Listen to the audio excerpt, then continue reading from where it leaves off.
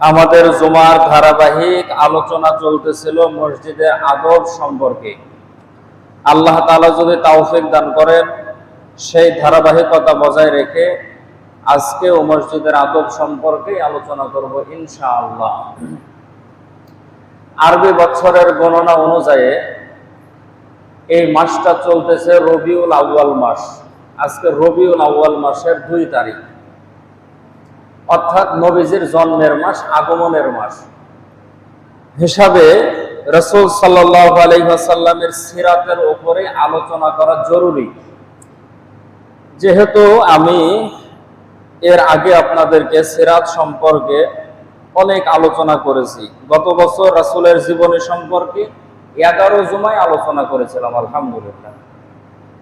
আল্লাহ তাআলা তৌফিক দান করলে আরো সামনে সময় আছে, আলোচনা করব। যেহেতু আমাদের ধারাবাহিক আলোচনা চলতেছিল মসজিদের আদব, সেই জন্য আজকে মসজিদের আদব সম্পর্কে আমরা নির্ধারিত সময়ের মধ্যে আলোচনা করব ইনশাআল্লাহ। মসজিদ আল্লাহ তাআলার ঘর। এই ঘরে যখন বান্দা প্রবেশ করে তখন নাযালাত আলাইহিমুস সাকিনা, আল্লাহ তাআলার পক্ষ থেকে বান্দার উপরে অনবরত রহমত বর্ষণ হতে থাকে। বান্দা যতক্ষণ পর্যন্ত মসজিদে থাকে ততক্ষণ পর্যন্ত বান্দার উপরে আল্লাহ তাআলার রহমত বর্ষণ হতে থাকে। আর মসজিদ আল্লাহর ঘর, তবে আল্লাহ তাআলা এটা নিজের হাতে বানান নাই। এই মসজিদ বানানোর জন্য দুনিয়ার মধ্যে আল্লাহ তাআলা কিছু মানুষকে মনোনীত করেছেন। দুনিয়ার মধ্যে সর্বপ্রথম যেটা ঘর, সেই ঘরটা হলো আল্লাহর ঘর, সেটা হলো খানায়ে কাবা। সেই খানায়ে কাবা আল্লাহ তাআলা সর্বপ্রথম ফেরেশতাদেরকে দিয়ে আল্লাহ তাআলা বানিয়েছিলেন। পরবর্তীতে খানায়ে কাবা 10 বার সংস্করণ করা হয়েছে। সম্মানিত মুসল্লিন একরাম, খেয়াল করে শুনবেন, তাহলে দুনিয়ার প্রথম ঘর সেটাও আল্লাহ তাআলার ঘর। আর দুনিয়ার মধ্যে যতগুলো মসজিদ আছে সমস্ত মসজিদ হলো আল্লাহ তাআলার ঘর। এই জন্য মসজিদে কোনো মানুষের কর্তৃত্ব খাটে না। খেয়াল করে শুনবেন, জরুরি কথা। মসজিদ যেহেতু আল্লাহর ঘর, এই জন্য এই ঘরের মধ্যে সবার সমান অধিকার। মসজিদ আল্লাহর ঘর, এই জন্য এই ঘরের মধ্যে সবার সমান অধিকার, কারো কোনো কর্তৃত্ব খাটে না।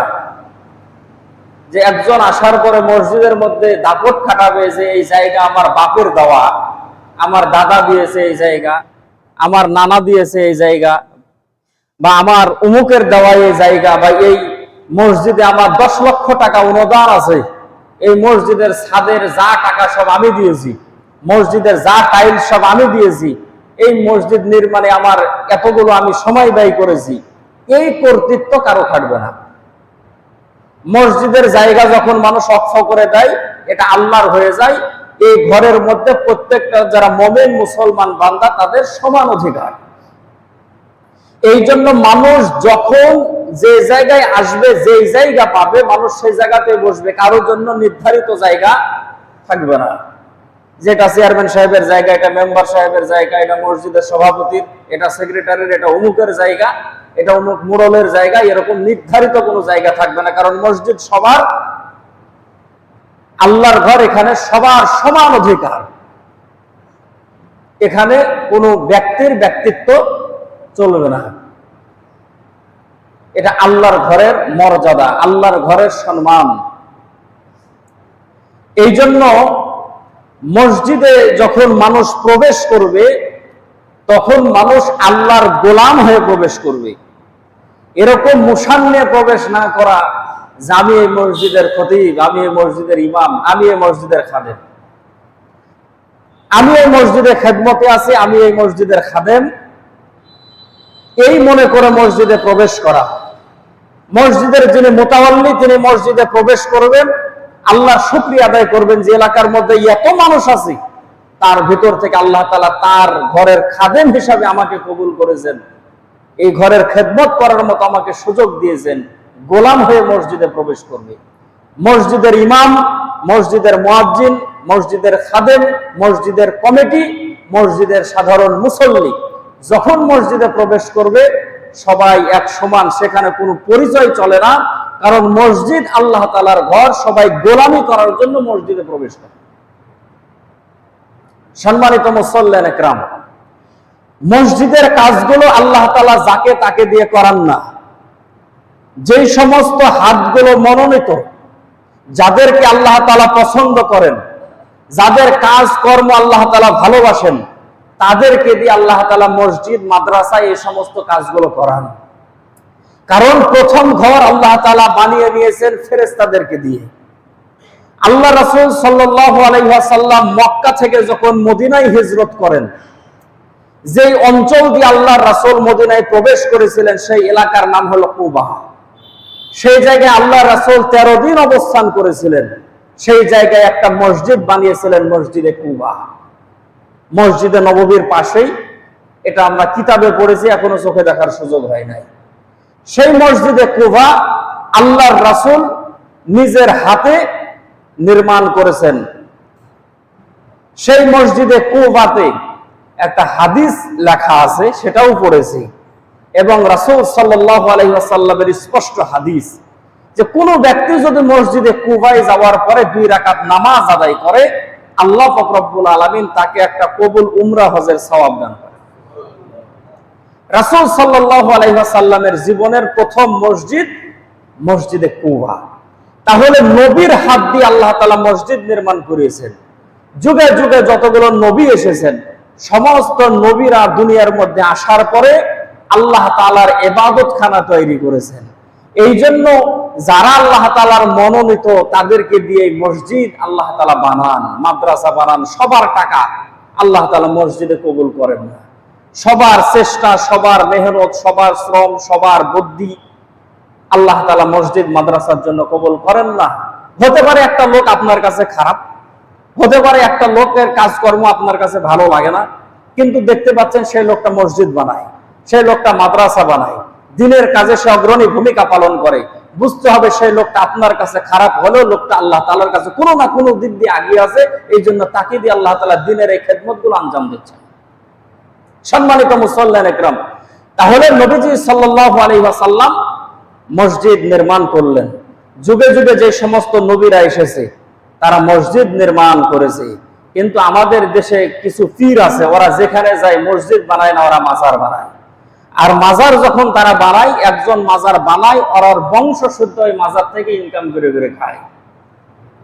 আল্লাহ রাসূল সাল্লাল্লাহু আলাইহি ওয়াসাল্লাম হযরত আলী রাদিয়াল্লাহু তাআলা আনহুকে বলেছিলেন যে আলী, বের হও, তুমি হাতের মধ্যে শক্ত তরবারি নিয়ে, হাতুড়ি নিয়ে বের হও, যেখানে পাবা উঁচু কবর ভেঙ্গে তুমি সমান করে দেওয়া।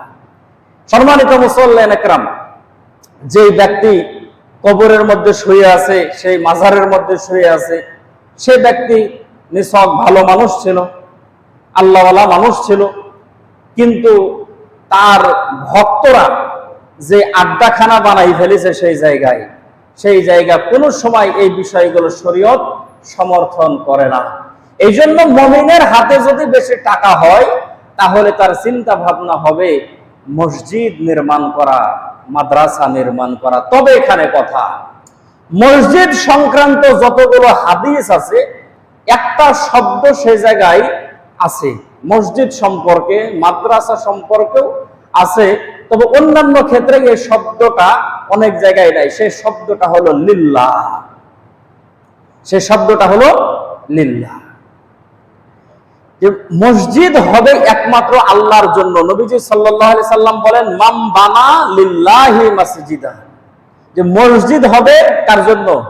আল্লাহ তাআলার জন্য। আমার পকেটে টাকা আছে বলে মসজিদ বানাই দিলাম, এখানে মসজিদের দরকার নাই। এই এলাকার মধ্যে একটা জুমার মসজিদ হলেই চলে, কিন্তু আমাকে আধা কিলোমিটার পায়ে হেঁটে এখানে আসতে হয়, এই জন্য আমার বাড়ির সামনে একটা মসজিদ বানায় দিলাম, জায়েজ নাই। আপনার পকেটে টাকা আছে বলেই অনর্থক মসজিদ আপনি বানায় ফেলবেন, এটাও ইসলামের সমর্থন করে না। এই জন্য মসজিদ হবে একমাত্র আল্লাহর জন্য। কারণ নবীজি সাল্লাল্লাহু আলাইহি ওয়াসাল্লাম যখন কুবায় যখন একটা মসজিদ নির্মাণ করেন, তখন তার পাশে কাফেরের আরেকটা মসজিদ নির্মাণ করেছিল, সেই মসজিদে জেরার, ষড়যন্ত্রের এক মসজিদ নির্মাণ করেছিল। আল্লাহ তাআলা আয়াতে কারিমা নাজিল করে নবীজিকে জানিয়েছেন যে নবী, মসজিদে কুবা আর মসজিদে জেরারের মধ্যে পার্থক্য হলো মসজিদে কুবা নির্মাণ হয়েছে আল্লাহর জন্য, আর মসজিদে জেরার নির্মাণ হয়েছে ষড়যন্ত্রের জন্য। শহরের মধ্যেও আছে, গ্রামের মধ্যেও আছে। এক জায়গায় থাকতো, এখন আর ভালো লাগে না, টাকা পয়সা হয়েছে বলে না ওই মসজিদ আর জুমা পড়তে যাব না, এখন আমাদের ওয়াক্তে মসজিদে জুমা করে ফেলবো। কিন্তু দেখা গেল যে জুমা করতে যায় 3 কাতার মুসল্লি ঠিক মতো হয় না। অনেক ঈদগাহে দেখা যায় আগে 6 তাকবীরে নামাজ পড়তো, এখন টাকা পয়সা হয়েছে, ঈদগাহের জায়গা কিনে ফেলেছে, এখন 6 তাকবীরে নামাজ হবে না, এখন আমরা 12 তাকবীরে পড়বো। এতদিন 15 বছর 20 বছর ধরে যে 6 তাকবীরে পড়ে আসলে, তাহলে সব নামাজগুলো এখন আবার কাজা করে লাও ঈদের। তাহলে যে সমস্ত কাজগুলো আল্লাহর জন্য হয় না, এই সমস্ত কাজগুলো দিয়ে আল্লাহর কাছ থেকে সওয়াবও পাওয়া যাবে না। সমস্ত কাজগুলো করতে হবে আল্লাহ তাআলার জন্য। অনেক মানুষে অনেক এলাকার মধ্যে দেখা গেছে যে বাড়ির কাছেই মসজিদ, 50 কদম 100 কদম হাঁটলে মসজিদ পাওয়া যাবে, কিন্তু না, ছোট্ট একটা ওয়াক্তিয়া মসজিদ আর বাড়ির সামনে করে দিয়েছে, মানে মানুষ যাতে বলে এটা মসজিদ আলা বাড়ি। কিন্তু দেখা যায় যে 100 কদম হেঁটে গেলে সে জুমা মসজিদে নামাজ পড়তে পারবে। আর ওয়াক্তিয়া মসজিদে নামাজ পড়ার থেকে জুমা মসজিদে নামাজ পড়ার ফজিলত অনেক বেশি। সম্মানিত মুসল্লিন একরাম, এই জন্য মসজিদ আল্লাহর জন্য হতে হবে, এটা মানুষকে দেখানোর জন্য লৌকিকতা না, টাকা পয়সা আছে বলেই মানুষ মসজিদ বানায়া দিবে এরকমও না। অনেক আমি আমার জীবনে চাকরিজীবী মানুষকে দেখেছি যে চাকরি জীবনে 2 নাম্বারি 6 নাম্বারি করার পরে যখন অবসরে চলে আসছে বা অবসরের কাছাকাছি সময় আসছে, তখন এলাকার লোকজনকে বলে যে জীবনে যা বহু কিছু তো করলাম, এখন একটা মসজিদ করতে হবে। এখনো মসজিদ করার জন্য জায়গা খোঁজে, যেটা 2 নাম্বার জায়গা। মানে চিন্তা করে যে জীবনে যা 2 নাম্বারি করেছে ওটা নিজের জন্য আর বেটাবেটির কেন করেছি, এখন একটা 2 নাম্বারি করে আল্লাহর কাছে। দেখে এলাকার ভিতর কোনটা ভেজালা জায়গা, কোনটা খাস জায়গা, কোন জায়গার মালিক ওর দখলে আছে কিন্তু ওই দুর্বল মানুষ, হয়তো খাস টাইপের জায়গা বা কাগজপত্র ঠিক নাই, ও তখন ওই জায়গা খোঁজার পরে মসজিদ বানায়। আর এটা এমন একটা সেন্সিটিভ বিষয় যে কোনো জায়গায় যদি মসজিদ বানানো হয়ে যায় আর মসজিদ যদি কেউ ভাঙতে যায়, তাহলে ওয়াক্ফ আর এলাকাতে রাখবে না। কিন্তু মানুষ আর বিবেচনা করে না যে এই জায়গাটা এতদিন তার দখলে ছিল, এতদিন সেই জায়গা ভোগ দখল করেছে, এরকম জায়গা আর অনেক মানুষের আছে, তাকে কিছু বললো না, সে দুর্বল মানুষ, এই জন্য তার কাছ থেকে সেই জায়গাটা কাটে নিল, সেই জায়গার মধ্যে মসজিদ বানালো। বিশ্বাস করেন এই মসজিদ দেয়া 4 পয়সার কোনো সওয়াব হবে না। কারণ এই মসজিদ এমন জায়গায় আপনি নির্মাণ করেছেন যে আপনি নিজে অপরাধ করেছেন, আমি নিজে অপরাধ করেছি, এর শাস্তি আমি আল্লাহ তাআলার কাছে পাবো। কিন্তু আল্লাহর ঘরকে আমি আসামের কাঠগড়ায় দাঁড় করাই দিলাম, এমন এক ভেজালা 2 নাম্বার জায়গার উপর আমি মসজিদ বানালাম, যে জায়গার উপরে ওই লোক যাওয়ার পরে করে দিল মামলা। সম্মানিত মুসল্লিন একরাম, এই জন্য মসজিদের জায়গা হতে হবে ফ্রেশ, একেবারে ওয়াকফ। এর আগেও বলেছে রেস্টে হোক বা না হোক, তবে ফ্রেশ দিলে, খাস দিলে ওয়াকফ করে দিতে হবে, যে মসজিদ আল্লাহর জন্য ওয়াকফ করে দিলাম, এরপর থেকে এই মসজিদে আমার আর কোনো কর্তৃত্ব নাই। এই কথা বলা যাবে না যে এই মসজিদ আমার দাদা দিয়েছে। হ্যাঁ, আপনি স্মরণ করতে পারেন যে না, এই জায়গা আল্লাহ তাআলা আমাকে তাওফিক দিয়েছেন, এলাকার ভিতর কত মানুষ আছে কারো জায়গা আল্লাহ কবুল করেননি, আমার বাবা এই জায়গায় এই মসজিদের জন্য 10 কাঠা জায়গা দিয়েছেন, এটা আপনি শুকরিয়া আদায় করতে পারেন। কিন্তু এর জন্য আপনি দাপট খাটাবেন, এটা করা যাবে না। আমি ফারেগের পরে, দাওরা শেষ করার পরে প্রথমেই একটা মসজিদে ঢুকেছি। 6 মাস এক মসজিদে ছিলাম, আমার এক হুজুর অসুস্থ ছিল, আর পরবর্তীতে এক জায়গায় নামাজ পড়াইছে। তারপরে এক মসজিদে প্রথম ঢুকেছি, তো এক জুমার নামাজ পড়াইছি। জুমার নামাজ পড়ানোর পরে সভাপতি সাহেবের যাই হোক ভালো লেগেছে, বলতেছে হুজুর বেতন কত টাকা নেবেন ওটা কথা না, এখানে ইমামতি করতেই হবে। আমি বললাম যে ঠিক আছে, আমি বাড়ির পরামর্শ করি তারপরে জানাবো। তো বলতেছে যে না, দরকার হলে আপনার বাপের সাথে আমি কথা বলবো, কিন্তু এই মসজিদের আপনার থাকাই লাগবে। তাতে বেতন যা দেওয়া লাগে কোনো সমস্যা নাই। যাই হোক, ভালো, তাহলে লোকটা আমাকে ভালোবাসে, আসলাম মসজিদে থাকি, খুব ভালো। এখন এলাকার যে সমস্ত কিছু ছেলেপেলে আছে, এখানেও যেরকম ছেলেপেলে চলাফেরা করে ওখানেও চলাফেরা করে। তো উনি একদিন আমাকে ডাকে বললেন যে হুজুর,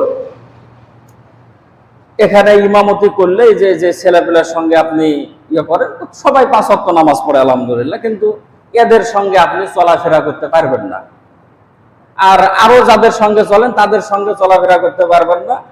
আপনি যখন ঘরে থাকবেন তো ঘরে থাকবেন, আর যখন বাইরে বাইরে হবেন আমার সাথে বসতে হবে, আমার সাথে আপনার চলতে হবে, তাছাড়া আর কারোর সাথে চলতে পারবেন না। মহা মুশকিলের কথা। আমি বললাম যে কাকা, এটা কিভাবে কথা? মসজিদের মুসল্লি সবাই, তো আপনি সভাপতি, আপনার সাথে একটা ভালো সুসম্পর্ক থাকবে, এটাই স্বাভাবিক। টাকা পয়সা নিতে আপনার কাছে বারবার যেতে হয়, ছুটি ছাটা নিতে যেতে হয়, কিন্তু কারোর সাথে চলা যাবে না, আপনার সাথে চলতে হবে, এটা কেমন কথা? তখন উনি আমাকে একটা কথা বললেন যে না হুজুর, এই জায়গা আমার বাপ দিয়েছে, অতএব ইমামতি করতে হলে আমার কথা অনুযায়ী আপনার চলতে হবে। কথা কি বুঝেছেন? যে এই মসজিদের জায়গা আমার বাপ দিয়েছে, অতএব ইমামতি করতে হলে আমার কথা মতোই আপনাকে চলতে হবে। এ কথা বলাও সারা, আমার ইমামতি ছাড়িয়ে দেওয়াও সারা। বেচারি পরে খুব অনুরোধ করেছে যে হুজুর যা হয়েছে না, আপনার বাপ জায়গা দিয়েছে বলে আপনার কথা মতো চলে মসজিদে ইমামতি করতে, এটা চাকরের থেকেও খারাপ। এটা তো চাকরে ভাবে চলে, যে বাড়ির মালিক যেভাবে বলে সেভাবে। ইমামের যদি স্বাধীনতাই না থাকে, ওই জায়গায় ইমামতি করা তো জায়েজ নাই। আমি 11 মাস ছিলাম, তারপরে সালাম কালাম দিয়ে আমি চলে আসি। শুধু এতটুকু কথা যে আমার বাপ দিয়েছে জায়গা, তো তোর বাপ দিক নাই, তোর দাদা দিক, এটা কোনো কথা হলো? মসজিদ এখন আল্লাহর ঘর, এখন এখানে সবার সমান অধিকার। সম্মানিত মুসল্লিন কিরাম, এই জন্য কর্তৃত্ব খাটানো যাবে না। এই দিকে আমাদের সবাইকে খেয়াল রাখতে হবে। আল্লাহ তাআলার কাছে শুকরিয়া আদায় করতে হবে যে আল্লাহ, আপনি আমাকে তৌফিক দিয়েছেন, এই মসজিদের জন্য আমি 2টা টাকা খরচ করতে পেরেছি। আপনি আমাকে তৌফিক দিয়েছেন যে আমার সম্পদ থেকে আমি এই মসজিদে কিছু দিতে পেরেছি। আপনার দেওয়া সময় থেকে এই মসজিদের জন্য কিছু সময় ব্যয় করতে পেরেছি। হাসরের ময়দানে সময়ের বিচার হবে না? সময় যে দিয়েছিলাম, কিভাবে সময়টা তুমি ব্যয় করেছে। এখন সময় কত কাজে ব্যয় হয়েছে, কিছু সময় বের হবে যে মসজিদের দেওয়াল প্লাস্টার হয়েছে, আপনি একটু দাঁড়াই থেকে দেখেছেন। কেন দেখেছেন? মিস্ত্রির ভুল ধরার কারণে নাকি? আপনি দেখেছেন এই কারণে যে মসজিদ আল্লাহর ঘর, কাজ হচ্ছে, বাবা একটু ভালো করে কাজ করে, বাস আপনি চলে গেছেন। আপনি একটু দেখেছেন মসজিদের কাজটা কিভাবে হচ্ছে, মসজিদের জন্য একটু সময় ব্যয় করেছেন, মসজিদটা কিভাবে সুন্দর করা যায় এই জন্য আপনি একটু ফিকির করেছেন। এই যে কয়েক মিনিটের সময় আপনি ব্যয় করেছেন, হাসরের ময়দানে দেখা যাবে যে এই সময়টুকুর জন্যই আল্লাহ তাআলা আপনাকে মাফ করে জান্নাতের ফয়সালা করে দিয়েছেন। এই জন্য হায়াতের জিন্দেগির কিছু সময় এরকম থাকা চাই। হায়াতের জিন্দেগির এরকম কিছু ইবাদত নিছক আল্লাহ তাআলার জন্য থাকা চাই, যে হাসরের ময়দানে আল্লাহ তাআলা যদি বলে যে 60 বছর জিন্দেগির মধ্যে কি করেছিস, তো 2টা রাকাত নামাজও যদি হয়, 1 মিনিট সময়ও যদি হয়, এরকম কিছু দান সাদকাও যদি হয়, আল্লাহর সামনে তুলে ধরা যে আল্লাহ, দুনিয়ার অন্য কোনো ইবাদত যদি কবুল না হয়, এটা শুধুমাত্র কেবলমাত্র আপনার জন্য, এই 2টা রাকাত নামাজ আপনার জন্য কবুল করেছি, এই আপনার জন্য আমি আদায় করেছি, এই 10টা টাকা কেবলমাত্র আপনার জন্যই দিয়েছি, এই দান এই সাদকা শুধুমাত্র আপনার জন্যই করেছি, এই সময়টা শুধুমাত্র আপনার জন্যই ব্যয় করেছি। এরকম জীবনে কিছু ইবাদত থাকা অত্যন্ত জরুরি। সম্মানিত মুসল্লিন কিরাম, এই জন্য এই কথা মুলাক্কাত সবার জন্য মনে রাখা। মসজিদ আল্লাহর ঘর, মসজিদে যখন বান্দা প্রবেশ করে সবার জন্য সমান অধিকার, এখানে কারো কোনো কর্তৃত্ব চলে না। আল্লাহ তাআলা আমাদেরকে এই কথাটা ভালোভাবে মনে রাখার তৌফিক দান করুন, বলেন আমিন। এখন আসেন, আমরা গত জুমায় 12 নম্বর পয়েন্ট পর্যন্ত আলোচনা করেছিলাম, আজকে 13 নম্বর থেকে শুরু করি ইনশাআল্লাহ। 13 নম্বর হলো মসজিদে ইমাম ব্যতীত কারো জন্য জায়গা নির্ধারিত করা যাবে না। মসজিদের আদব, ইমাম ব্যতীত কারো জন্য জায়গা নির্ধারিত করা যাবে না, এমনকি মুয়াজ্জিন সাহেবের জন্য জায়গা মসজিদে নির্ধারিত রাখা যাবে না। মুয়াজ্জিন সাহেব যদি আসতে তার লেট হয়, সে 2 নাম্বার কাতার 3 নাম্বার কাতার মসজিদের যে কোনো জায়গা থেকে ইকামত দিতে পারে, কোনো সমস্যা নাই। ইমামের পিছনে থেকে ইকামত দিতে হবে বিষয়টা তা না। জায়গা শুধু নির্ধারিত থাকবে ইমামের জন্য, সেটা ইমাম আপনি হই বা আপনি হন, আমি হই বা আপনি হন, যে ইমাম হবে তার জন্য জায়গা। যে এরকম মনে করেন না হুজুর খালি নিজের জন্য করে দিলে, এটা তামাম পৃথিবীর যত মসজিদ সবার জন্য একই নিয়ম, যে মসজিদে শুধু ইমামের জন্য থাকবে নির্ধারিত জায়গা, তাছাড়া আর কারো জন্য নির্ধারিত জায়গা থাকবে না। এখন কথা হলো যে মুয়াজ্জিন সাহেবের জন্য যে নির্ধারিত জায়গা থাকে, কারণটা কি? কারণ হলো মুয়াজ্জিন সাহেব হলো ইমাম সাহেবের সহযোগী। কোনো কারণে যদি ইমামের নামাজ যদি নষ্ট হয়ে যায়, তাহলে তো মুসল্লির নামাজ তো নষ্ট হবে না, ইমামের নামাজ নষ্ট হয়েছে, এখন নামাজটা চালাই নেবে কি?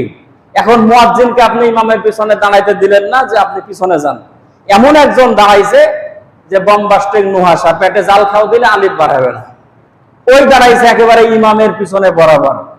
এখন ইমাম সাহেব নামাজে দাঁড়ানোর উপরে ধরেন বাতাস বাড়াই গেছে, ওযু ছুটে গেছে, এটা শোনার পর আবার মানুষ হাসে, এটা কেমন কথা? যারা ইমামতি করে ওদের তো আবার সব বন্ধ করে দিতে দেয়নি যে তোরা ইমাম সব বন্ধ, বাতাস টাতাস কিছু বাড়ায় বেড়া, তা তো না। ইমাম দাঁড়াইছে, ওযু ছুটে গেছে। এখন ইমাম যদি যায় ওযু করার জন্য, আর পিছনে যে আছে এই নুহাসা আমার কাছে দাঁড়াইছে, ওই সূরা ফাতিহাই জানে না, তাহলে ইমামের তো বাতাস বাড়াইছে, আর ওই যদি সামনে যায় আর বাতাসের সাথে তো আরো কিছু বাড়াই যাবে। কথা বুঝেন নাই? এই জন্য যোগ্য ব্যক্তি ইমামের পিছনে দাঁড়াবে, যোগ্য ব্যক্তি যারা ইমামের পরবর্তীতে ইমাম না থাকলে ইমামতি করতে পারে, ইমামের অনুপস্থিতিতে ইমামতি যে করতে পারে সে দাঁড়াবে ইমামের বরাবর। সে যদি কোনো কারণে আসতে যদি লেট হয়, তাহলে সাধারণ মানুষের উচিত হলো যে তাকে সম্মানের সাথে একটু আগে দেওয়া, এটা আবার দোষের না। কোন সম্মানী ব্যক্তি যদি পিছনে পড়ে যায়, আপনি যদি ইচ্ছাকৃত ভাবে যদি বলেন যে ভাই বা স্যার বা হুজুর আপনি সামনে যান, এটা জায়েজ আছে। এই জন্য ইমামের পিছন বরাবর যারা ইমামের অনুপস্থিতিতে, ইমামের নামাজ নষ্ট হয়ে গেলে নামাজে ইমামতি করতে পারবে, এরকম ব্যক্তি দাঁড়াবে ইমামের পিছন বরাবর। এই জন্য আমাদের দেশের মসজিদগুলোতে সাধারণত ইমাম না থাকলে মুয়াজ্জিন সাহেব যেহেতু নামাজ পড়ায়, এই জন্য মুয়াজ্জিন সাহেবের জায়গাটা নির্ধারিত থাকে, তাছাড়া আর কারো জায়গা নির্ধারিত করা যাবে না। এটা মোড়লের জায়গা, এটা উমুকের জায়গা, যাই নামাজ বিচারিত করা আরো যাবে না। চেয়ার দেয়া হোক, টুল দেয়া হোক, মুড়া দেয়া হোক, কোনোভাবে জায়গা দখল করা যাবে না। কথা কি বুঝতেছেন? নির্ধারিত জায়গা করা যাবে না। অনেকে আছে যে সে আসার পরে, আমি যেরকম নামাজের যদি 2-4 মিনিট আগে আসি, তাহলে ওই ফ্যানের নিচে ওই জায়গায় বসি। অনেক সময় দেখি যে আমার অনেক মুসল্লি ওখানে আছে, তো আমি পিছনে বসি বা সাইডে বসি। আমি কোনো সময় বলি না যে কাকা হটেন আমাকে ওখানে বসতে দেন, আমি বলি না, কারণ ওখানে আমি বসি, একজন আগে আসতে সে বসবে। কিন্তু অনেক মুসল্লিকে দেখেছি যে সেই জায়গায় বসে বা এখানে বসে, আরেকজন এসে কোনো কারণে বসে গিয়ে জায়গায় ঠেলে, দূরে যায়, এটা আমার জায়গা। এটা করা যাবে না, নির্ধারিত করা যাবে না। সরেন, আপনার মনের আশা থাকবে, ইচ্ছা থাকবে যে প্রথম কাতারে আমি নামাজ আদায় করব, আপনি চেষ্টা করবেন। যদি না পারেন, দ্বিতীয় কাতার, তৃতীয় কাতার, চতুর্থ কাতার, 13 নম্বর কাতার পর্যন্ত ফাঁকা, আপনি নামাজ আদায় করবেন। তবে চেষ্টা করবেন নির্ধারিত এক জায়গাতেই, এই সুন্নত নামাজগুলো নির্ধারিত এক জায়গাতেই না পড়া। আপনি চেষ্টা করবেন যে আমি পুরা মসজিদে আমি নামাজ আদায় করব, পুরা মসজিদের প্রত্যেকটা জায়গায় যাতে করে আমার কপালে সেজদা থাকে। হাসরের ময়দানে জায়গা সাক্ষী দেবে আপনার পক্ষে, মসজিদ আপনার পক্ষে সাক্ষী দেবে। দেখা যাবে যে ইমামের পিছনে যে জায়গায় শুধু মুয়াজ্জিন সাহেবের পক্ষে ওই জায়গায় কথা বলছে, আর অন্য জায়গা চুপচাপ, আর ইমামের খালি একটাই জায়গা, আর জায়গা নাই। আর যারা সাধারণ মুসল্লি দেখছে যে 2 রাকাত সুন্নত এখানে পড়েছে, একদিন ওই জায়গায়, একদিন ওই জায়গায়, একদিন ওই জায়গায়, দেখা যাবে পুরা মসজিদ থেকে শুধু বলতেছে যে না, এই বান্দা নামাজ পড়েছে। কথা বোঝেন নাই? এই জন্য নির্ধারিত জায়গা না করা। এটাও আছে হাদিসে যে আপনি এক জায়গায় যদি ফরজ নামাজ পড়েন, তাহলে একটা কদম হলো ডানে বা বামে সরে যায় সুন্নত নামাজ পড়া, যাতে করে আপনার সেজদা 2 জায়গায় পড়ে। এই জায়গা আপনার পক্ষে হাসরের ময়দানে সাক্ষী দেবে। কিন্তু আমরা একেবারে নির্ধারিত জায়গায় এক জায়গায় ধরে নিয়েছি, কেউ যদি এসে বসে তো খেলা মেরে, ঘুরা মেরে, কইনা মেরে সরাই দিয়ে ওই জায়গাটা আমার বসতেই হবে, এরকম না করা। কথা বুঝেছেন? মসজিদ যে যখন যে জায়গায় আসবে সে তখন সে জায়গায় বসবে, কোনো সমস্যা নাই।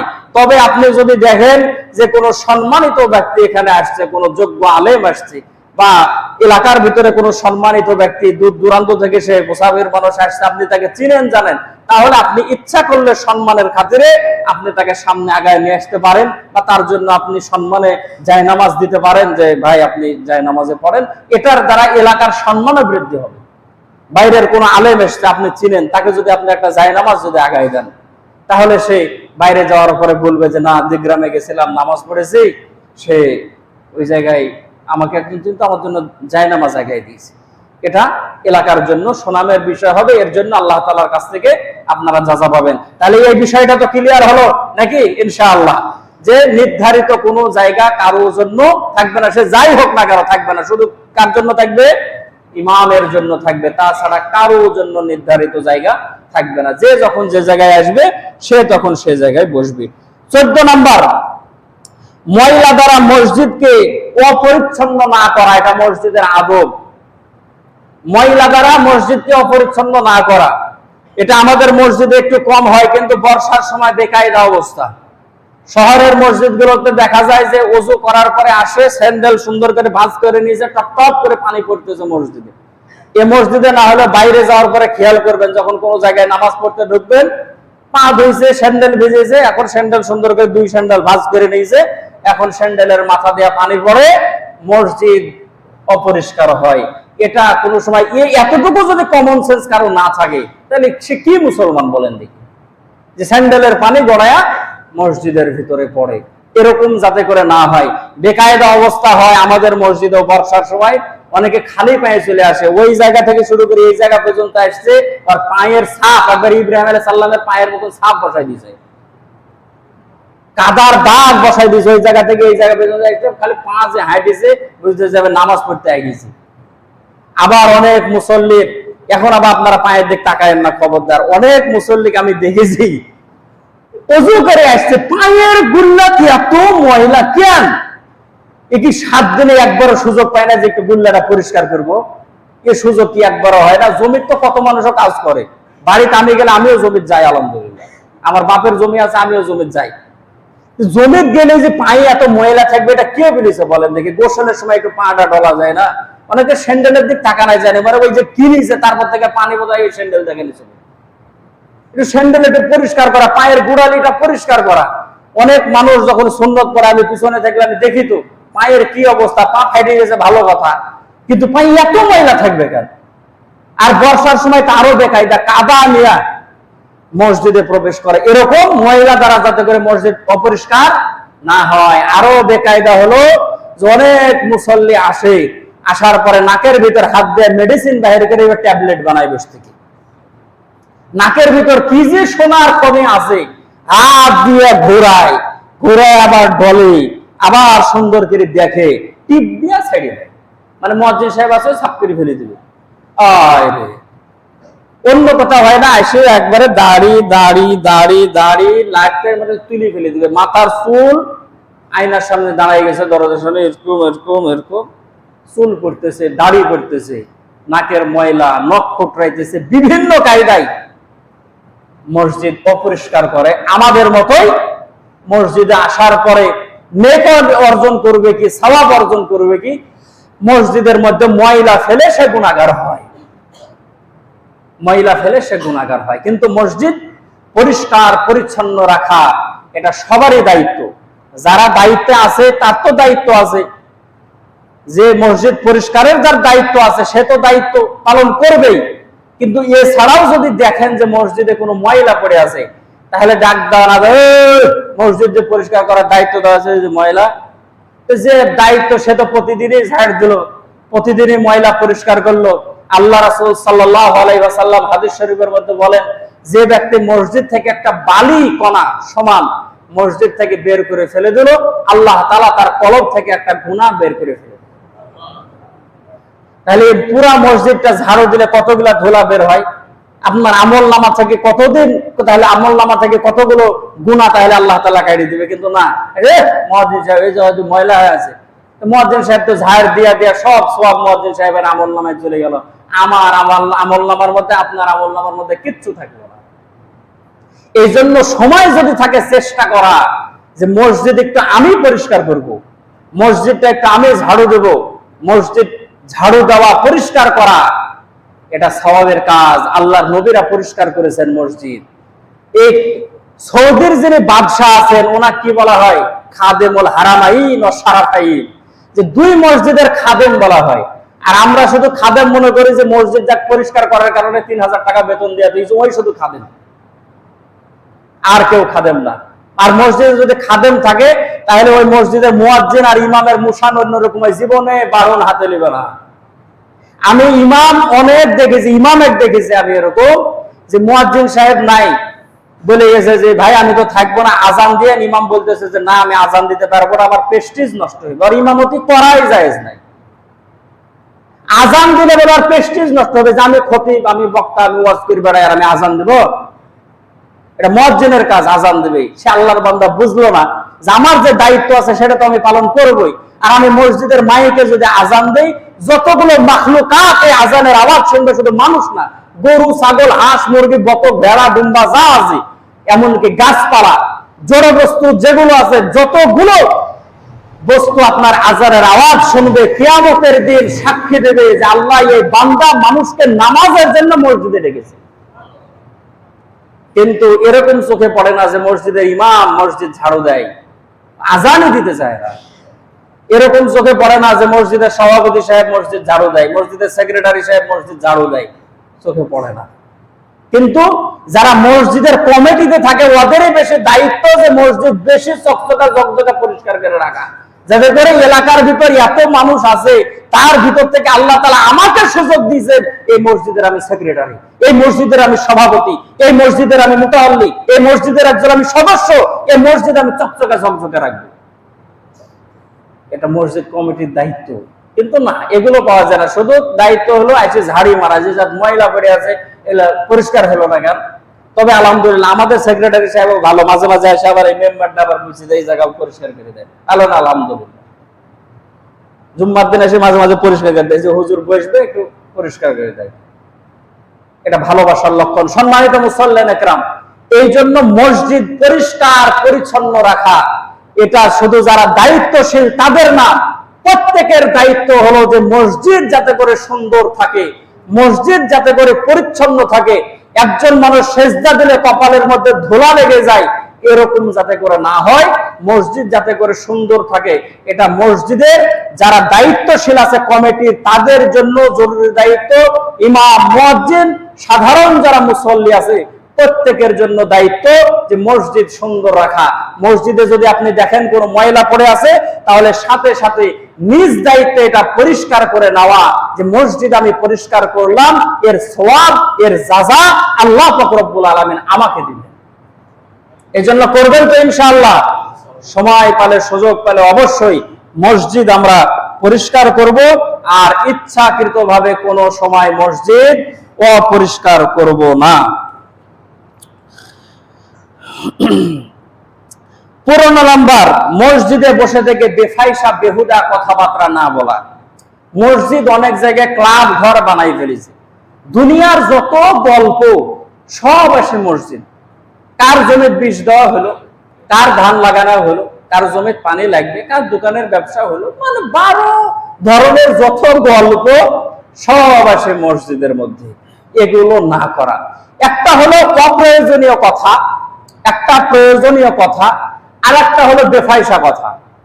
কিছু কথা আছে যে সমস্ত কথাগুলো মসজিদের যেটা মূল, মানে এই মসজিদের ভিতরটা বারান্দায় আল্লাহ রাসূল সাল্লাল্লাহু আলাইহি সাল্লাম কিছু বিচার আচার করেছেন, তবে মসজিদের ভিতরটা আসবে, আবার শাস্তি প্রয়োগ করা যাবে না। মসজিদের একেবারে ভিতরে এই জায়গায় বসে অনর্থক কথাবার্তা না বলা। প্রয়োজনীয় যদি কোনো কথা হয়, এই কথার দ্বারা মানুষের উপকার হবে, এর কথার দ্বারা ইসলামের উপকার হবে, শরীয়তের উপকার হবে, এই জাতীয় যদি কথা হয় তাহলে বলা যায়। যে এলাকার এরকম ব্যক্তিরা নামাজ পড়ে না, কিভাবে তাদেরকে মসজিদে আনার ব্যবস্থা করা যায়, এই জাতীয় কথা যদি হয় বলা যায়। আর বেফাইসা কথা, বেহুদা কথা হলো একটা, যে এমনি এসে গল্প করছেন, গল্প করার মতো কিন্তু এমনি গল্প, এই একটা গল্প, এটাও নিষেধ। আর একটা বেফাইসা কথা, যে মুখে যা আসছেন তাই বলছেন, যেটা মানুষের সামনে বলা যায় না এটা মসজিদে এসে বলছেন। ওই ভাষা তো এই জাত বসে বলা যাবে না, ওই ভাষা আপনি বসে থেকে মসজিদে হড়া হড় গড়া ঘর আপনি বলতে আছেন। বেফাইসা কথা, খারাপ কথা, যে কথা জবানে নেওয়া যায় না, এরকম কথা আপনি মসজিদে বসে বসে বলতেছেন, এটা আদবের খেলাফ। এই কাজগুলো আমরা পরিহার করব, কোনো সময় আমরা করব না। তার পাশাপাশি আছে উচ্চ আওয়াজে কথা বলা। এখন বলবেন যে হুজুর আপনি তো জোরে জোরে কথা বলেন, এটা বয়ান বক্তৃতা এটা করা যাবে, কিন্তু আপনি বসে থেকে এমনিতেই বসে থেকে আপনি চিল্লেছেন, এই উচ্চ আওয়াজে কথা বলা যাবে না। আল্লাহর ঘর, আদরের সাথে কথা বলতে হবে। খেয়াল রাখতে হবে, যদি মসজিদের ভিতরে কেউ যদি নামাজে যদি থাকে, কেউ যদি কোরআন তেলাওয়াতে থাকে, আপনি অযথা জোরে জোরে আপনি কথা বলতে পারবেন না, নামাজের ডিস্টার্ব হবে। আবার কেউ যদি কোরআন তেলাওয়াত করে আর একজন যদি নামাজ পড়ে, তাহলে তার কোরআন তেলাওয়াত জোরে করা নিষেধ, আর নামাজের নষ্ট হবে না, যাতে করে নামাজ নষ্ট না হয়ে যায়। এই জন্য কোরআনও আস্তে পড়বে, জিকির যদি করে জিকিরও সে আস্তে করবে, নামাজ যাতে করে নষ্ট না হয়। অনেক জায়গায় আমরা দেখি, এই মসজিদে অনেক সময় দেখি যে একজন নামাজ পড়তেছে, পাশে বসে গল্প করতেছে, আর সূরা ফাতিহা বল নামাজে হয় না। আত্তাহিয়াতু বলে আত্তাহিয়াতু লিল্লাহি লিল্লাহি লিল্লাহি ওয়াস সালাতু যাইতেই পারে না, মানুষের গল্প ঠেলা। এই জন্য নামাজি ব্যক্তির পাশে জোরে কোরআন তেলাওয়াত করাও জায়েজ নাই, জোরে জিকির করাও জায়েজ নাই, জোরে কথা বলা তো আরো জায়েজ নাই, বেফাইসা কথা তো বলা যাবেই না। এগুলো খেয়াল রাখা। 16 নাম্বার, অপরাধীকে শাস্তি না দেওয়া মসজিদে। অপরাধীকে কোনো ধরেছেন, চোরেক ধরেছেন, যা মসজিদের পিলারের সাথে বান্ধি সেই মায়ের লাগা, করা যাবে না। এই সমস্ত মসজিদে তো করা যাবে না। মসজিদে হারাম, মসজিদে নববী, এগুলো আরো সুচিটার বাটপার যাই ধরা পড়ুক না কেন, ওই মসজিদের ভিতর অ্যারেস্ট করা যাবে না। মসজিদ থেকে সে যখন বের হবে, কারণ ওই এলাকা হলো নিরাপদ এলাকা, ওই এলাকার ভিতর অপরাধী ঢুকলেও মাপ সে সময় পর্যন্ত, সে যখন বের হবে তখন তাকে শাস্তি দেওয়া হবে। এই জন্য সেই মসজিদের সম্মান রক্ষার্থে পৃথিবীর যত মসজিদ আছে, কোন মসজিদে শাস্তি দেওয়া যাবে না কাউকে। কিন্তু আমরা আমাদের দেশের মধ্যে দেখেছি যে মসজিদের ইমাম সাহেব খুতবা দেওয়ার কারণে মসজিদের ভিতরে হাতের মধ্যে হ্যান্ডকাপ লাগায়া আমাদের বাংলাদেশের পুলিশ অ্যারেস্ট করে নিয়ে গেছে এই দেশের ভিতরে। আল্লাহ তাআলা হেফাজত করুক, বলেন আমিন। কোন অপরাধীকে মসজিদের ভিতরে শাস্তি দেওয়া যাবে না। 17 নাম্বার, মসজিদে কোনো রাজনৈতিক মিটিং করা যাবে না। এটা এক সময় ছিল যে মসজিদের একেবারে মেহরাবের সামনে দিয়ে ব্যানার টাঙ্গায়া, একেবারে বড় বড় হুজুর লাল পাগড়ি মাথা দিয়া এমন দোয়া, ওরে বাপরে বাপ, নির্দিষ্ট এক রাজনৈতিক দলের ব্যানারে, সেটা যে দলই হোক না কেন, কোন দলের রাজনৈতিক কোন প্রোগ্রাম মসজিদের ভিতরে করা যাবে না, সম্পূর্ণরূপে নিষেধ।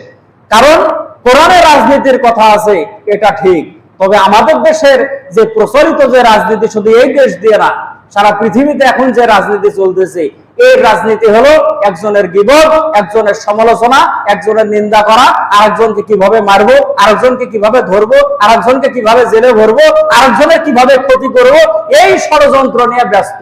উমুকে কি করলো, উমুকে কি করলো, উমুকে কি করলো, এগুলো নিয়ে ব্যস্ত থাকে। অতএব এই সমস্ত কথাবার্তা, রাজনৈতিক মিটিং আল্লাহর ঘরে করা যাবে না। 18 নাম্বার, মসজিদে এসে মোবাইল বন্ধ রাখা বড় মহামারী। আসার পর আপনি মনোযোগ দিয়ে নামাজে পড়বেন, রিংটং বাজে উঠলো, নামাজের মনোযোগ ছুটে গেল। এই জন্য মসজিদে ঢোকার সময় মোবাইলটা সাইলেন্ট করে দেওয়া। ভাইব্রেশন করলেও যদি ফ্যান না চলে, কিয়ামত হয়ে গেছে, কি হয়েছে, এই জন্য বন্ধ করে দিবেন। যে এখন আল্লাহর সাথে সংযোগ চলবে, দুনিয়ার আর কারোর সাথে সংযোগ চলবে না। কথা কি বুঝেছেন? অনেক সময় মসজিদে ক্রেং ক্রেং করে রিং বাজে উঠলো, ওর আবার একটুকু হোশ নাই যে রিংটা যে বাজে উঠলো একটু বন্ধ করে দিই মোবাইলটা, নাই। ওই একবার আব্দুল কাদের জিলানি নিয়াত বাঁধিয়েছে, ওই আর ছাড়বে না। আর অন্য মানুষের নামাজ হলো না, ইমামের কেরাত ভুল হয়ে যাবে যাবে ভাব। এই জন্য রিংটোন যদি বাজে ওঠে, সাথে সাথে কাটিয়ে দেওয়া, চাপ দেওয়া, মোবাইলটা বন্ধ করে দেওয়া। তাই বলে আবার এরকম না করে যে বাহির করে কে দিল রে, শ্বশুর দিল না কে দিল কল দেখি তারপরে বন্ধ করবেন, তা না। এক হাত দিয়ে বন্ধ করে সাথে সাথে আবার যদি দু হাত দিয়ে দেখতে যান আমলে কাছের হেবে নামাজ আবার নষ্ট হয়ে যাবে। এক হাত আপনার থাকবে আর এক হাত দিয়ে বের করে সাথে সাথে বন্ধ করে দিয়ে রেখে দেওয়া। কথা কি বুঝেছেন? অনেক সময় দেখেছি, মুসল্লি দেখেছি তো আমি, এগুলো তো আমি খেয়াল করি মসজিদে ঢুকলে, এই মসজিদের বাইরে দেখি কি কোয়ালিটি। মসজিদে আসার পরে কি পড়ছে জিজ্ঞেস করলাম যে কাকা কি পড়লেন, সে যে হুজুর কিছু জানে না। এই সর্বনাশ, ওই কিছু জানে না ওর যে মুশান, ওই যদি জানতে তাহলে কি করতে আল্লাহ ভালো জানে, কিছু জানে না আন্দাজ। এই জন্য মসজিদে ঢোকার সময় মোবাইলটা বন্ধ করে রাখবেন। যদি কোনো কারণে রিং বাজে ওঠে তাহলে বন্ধ করে দেবেন, এক হাত দিয়ে বন্ধ করে ছেড়ে দেবেন। দু হাত দিয়ে যদি আবার করতে যান তাহলে কিন্তু নামাজ নষ্ট হয়ে যাবে, আমলে কাসির হবে। সম্মানিত মুসল্লিন ইকরাম, তারপরে 19 নাম্বার হলো নামাজের অপেক্ষা সময়ের জন্য দাঁড়ায় অপেক্ষা না করা। এটা আমাদের মসজিদে আছে। আমরা 30 সেকেন্ড আগে দাঁড়ায় আমরা শুরু করে নামাজ, যেটা মানে শুরু হবে আর কি 1:30টার সময় যদি জামাত হয় তাহলে 29 মিনিট হওয়ার পরে যদি 30 সেকেন্ড যখন যায় তখন দাঁড়ায় কাতার সোজা করে মুয়াজ্জিন সাহেব ইকামত দেয়। নামাজের জন্য দাঁড়ায় অপেক্ষা করা আদবের খেলাফ, অপেক্ষা করা যাবে না, এটা কিয়ামতের আলামত। অন্য হাদিসে আছে যে মানুষ মসজিদে যাওয়ার পরে দাঁড়ায় দাঁড়ায় নামাজের জন্য অপেক্ষা করবে।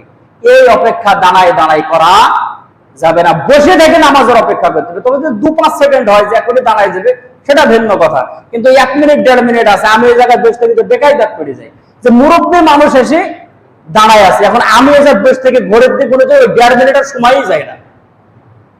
মানে মুরব্বী এসে একবার আমার দিক তাকায়, একবার ঘোরের দিক তাকায়, আমার দিক একবার ঘোরের দিক, আমি পড়ে যাই বিপদে। কি কারবার, মানে পাই না যে আমার ঠেলে দেয়া তুলে পড়াই দেন নামাজটা। এই জন্য এরকম না করে বিপদে ইমামের না ফেলা। আপনার সময় যখন হবে, আপনি ওই সময় ইমাম যখন দাঁড়াবে, মুয়াজ্জিন যখন দাঁড়াবে, কাতার যখন সোজা করতে বলবে তখন আপনি উঠে আপনি দাঁড়াবেন। তবে 2-5 সেকেন্ড যদি হয় সেটা ভিন্ন কথা, কিন্তু যদি 1 মিনিট 2 মিনিট এরকম যদি সময় হয় অবশ্যই বসে থেকে নামাজের জন্য অপেক্ষা করবেন। দাঁড়াই থেকে কোনো সময় নামাজের জন্য অপেক্ষা করবেন। অনেক সময় 5 মিনিট ধরে, মানে বসলে গুনাহ হয়ে যাবে নাকি আল্লাহই ভালো জানে, বসবে না মসজিদে। আমাদের এক হুজুর ছিল, ছাত্র যাওয়ার পরে যদি দেখতো যে মসজিদে দাঁড়ায় আছে তো হুজুর 2টা কথা বলতো, তো একটা বলছে আর একটা বলা যাবে না, আপনারা বড় মানুষ হবেন রাখবেন। হুজুর বলতো যে 5 হাতে ফোড়া টোড়া হয়েছে, যদি বুঝতে পারছিস না। আর আরেকটা কথা বলতো, এটা আপনাদের সম্মানের খাতিরে বললাম না, যাই হোক। এই জন্য বসে নামাজের অপেক্ষা করবেন, আগে থেকে দাঁড়াবেন না। 20 নাম্বার মনোযোগ দিয়ে খুতবা শোনা। এই যে এই বক্তৃতাটা শেষ হওয়ার পর যখন বাবা সময় যে চলে গেছে, এই বক্তব্য শেষ হওয়ার পর যখন সুন্নতে টাইম দেওয়া হবে, সুন্নত পরে যে খুতবা যেটা হয়, যে 2টা খুতবা হয়, এই খুতবার জন্য 4 রাকাত নামাজের 2 রাকাত করা হয়েছে। এই খুতবাটা শোনা ওয়াজিব। এই খুতবা যদি কেউ না শোনে আর জুমার নামাজই হবে না। কিন্তু আমার মসজিদের অনেক সম্মানিত মুসল্লিদেরকে আমি দেখেছি যে আমি জুমার খুতবা পড়ি আর ওই ভিতর পিছনে বসে থেকে মনে হয় লুডো খেলে, হাসে, ইয়ার কি করে, ঠোকা দেয়। সম্পূর্ণ নিষেধ। কি কি নিষেধ শোনেন? যখন ইমাম সাহেব খুতবা দিবে, নামাজে মানুষ যেভাবে মনোযোগ দেয়, খুতবার সময় সে মনোযোগ দিয়ে খুতবা শুনতে হবে। এদিক ওদিক তাকানো যাবে না, মনোযোগ দিয়ে খুতবা শুনতে হবে। কাউকে সালাম দেওয়া যাবে না, কেউ সালাম দিলে উত্তর দেওয়া যাবে না, কাউকে মাসালা জিজ্ঞেস করা যাবে না, কোনো জিকির আজগার চলবে না, কোনো কোরআন তেলাওয়াত চলবে না, যেগুলো জায়েজ বিষয়, সওয়াবের বিষয়, এগুলো চলবে না। 2 জন মিলে বসে থেকে বারান্দার গল্প করছে, ওই কোন বসে থেকে গল্প করছে, কোন বসে থেকে গল্প করছে, খুতবা চলছে আর গল্প করছে। কি শিক্ষা হলো বলেন? এটা শোনা ওয়াজিব। নামাজ নষ্ট হয়ে যাবে যদি আপনি না শোনেন, জুমার নামাজ আপনার জন্য সহি হবে না। আবার অনেক মুসল্লিকে দেখি যে আমি যখন মেম্বার থেকে নামি তখন হুড় করে দৌড়ে মসজিদে ঢুকি, ওর নামাজ আরো হবে না। জন্য খুতবাই তো শুনলো না। এই খুতবার জন্য 2 রাকাত নামাজ মাপ। জুমার দিনে যত ফজিলত উচিত তো ছিল যে অন্যদিন জোহরে 4 রাকাত পড়ো, জুম্মার দিন 8 রাকাত পড়বে। এরকমই তো হওয়া দরকার ছিল যে নামাজের ফজিলত বেশি, জুম্মার দিন বরকতপূর্ণ। শেষে 4 রাকাতে কমা আবার 2 রাকাত করে দিয়েছে শুধু খুতবার জন্য। আর আপনি খুতবার সময় ইয়ারকে করেন, খুতবা শোনেন না। এটা শোনা ওয়াজিব। আপনি আর কি করেন, খুতবা শোনেন না, ঢুলেন, ঘুমান, অন্যদিক মন দিয়ে আপনি বসে আছেন, তো কখন হুজুর বলবে ফাজ করে নি আজ করুন, তখন আমি দাঁড়াবো। এরকম না করা, মনোযোগ দিয়ে আমরা সবাই খুতবা শুনবো তো ইনশাআল্লাহ, আগে আগে মসজিদে আসবো। এখন একটা মজার কথা শুনেন, যে 3 জুম্মা ধরে সময় পার হয়ে গেছে, তাও 3 জুম্মা ধরে আপনাদের সামনে মসজিদের আদব গুলো বললাম, আবার এক টানে সব বলবো মনে করেছিলাম, কিন্তু সময় হবে না। এখন আমি 3 জুম্মা ধরে আপনাদেরকে মসজিদের আদব যা বুঝালাম, মসজিদের ফজিলত যা বুঝালাম, একটা মাত্র হাদিস যে আল্লাহ রাসূল সাল্লাল্লাহু আলাইহি সাল্লাম বলেন যে মান বানা লিল্লাহি মাসজিদান বানাল্লাহু লাহু বাইতান ফিল জান্নাহ, যে যারা মসজিদ বানাবে, সবাই মিলে যদি একটা মসজিদ বানায়, আল্লাহ তাআলা প্রত্যেকের জন্য আলাদা আলাদা করে জান্নাতে একটা করে বিল্ডিং বানায় দিবে। তাহলে এই মসজিদ নির্মাণের জন্য এই গ্রামের যারা আছে, কেউ দিয়েছে 10 লাখ, কেউ দিয়েছে 10 টাকা, দিয়েছে না সবাই নাকি? তাহলে আল্লাহ পাক রব্বুল আলামিন এই মসজিদ নির্মাণের জন্য আমাদের জন্য এক একটা করে জান্নাত, এক একটা করে জান্নাতের মধ্যে বিল্ডিং আল্লাহ তাআলা বানায় দেবে। সুবহানাল্লাহ বলবেন না? সুবহানাল্লাহ।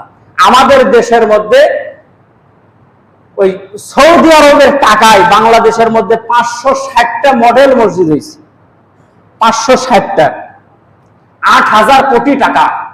এখন এটার আবার টিম গঠন হয়েছে, কমিটি গঠন হয়েছে, যে কোন জায়গায় কত কোটি টাকা দুর্নীতি হয়েছে। কারণ দেশের দুর্নীতি একেবারে প্রাইমারি স্কুল থেকে শুরু করে উপর লেভেল পর্যন্ত দুর্নীতি এমন হয়ে ঢুকেছে যে বাইতুল মুকাররমের ক্ষতি পর্যন্ত তালাই চলে গেছে। কথা কি বুঝতে পেরেছে? তাহলে দুর্নীতি কোন জায়গায় ঢোকেনি বলেন? এই যে মডেল মসজিদ গুলো হয়েছে, যোগ্য আলেম হয়তো কোনো কোনো জায়গায় ঢুকেছে, অধিকাংশ জায়গায় অযোগ্য মানুষ টাকা দিয়ে মসজিদের মধ্যে ইমামতি করতে ঢুকেছে। 15,000 টাকা বেতন, 8 লাখ টাকা ঘুষ দিয়ে মসজিদের ভিতরে এই মডেল মসজিদ গুলোতে ইমামতি করার জন্য ঢুকেছে।